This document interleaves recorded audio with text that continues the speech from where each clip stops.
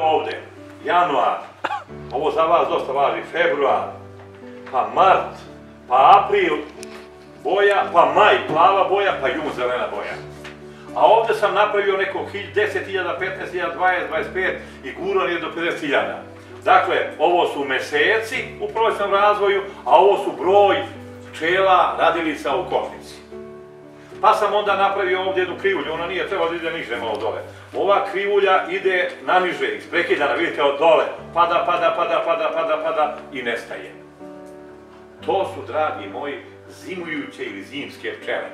Mi smo i tamo u oktobru mesecu napunili u košnici, recimo, 1,5 kilo, 15.000, neki kažu 20 i više, ja, Boga mi ne verujem, u Vrdima da ćemo sa 20.000 ući u zibovanje. Ako uđemo sa 1,5 kilo, a to je 15.000, mi računajte da smo sretni ljudi. Ako u ulici ima 2.000, vašo LR, mojoj Dadan Vlaškovoj 2, kod vas nešto malo manje, jer ona tada nije toliko gusto zaposlila, 7 ulica, to je 14.000 pčela. To je manje od 1,5 kilo. Znači, zavaravaju se koji kažu da imaju 25.000 da ulaze u zimovanje, to bila, znači, puna kao šica kuva, pa kod vas LR i gore i malo još dole u donjem telu. Boga mi to malo teže.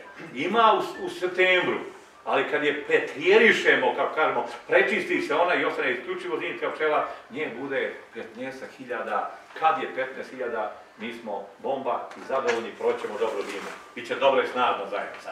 Dakle, ovo je ona koja kreće odatle od oktobra i polako izumire, znači izumire, počne da gaji novo leglo u januaru ili u decembru kad već počne kod vas leglo, počne gaji novo leglo, gaji mlade pčele, o čemu se ja danas treba da pričam.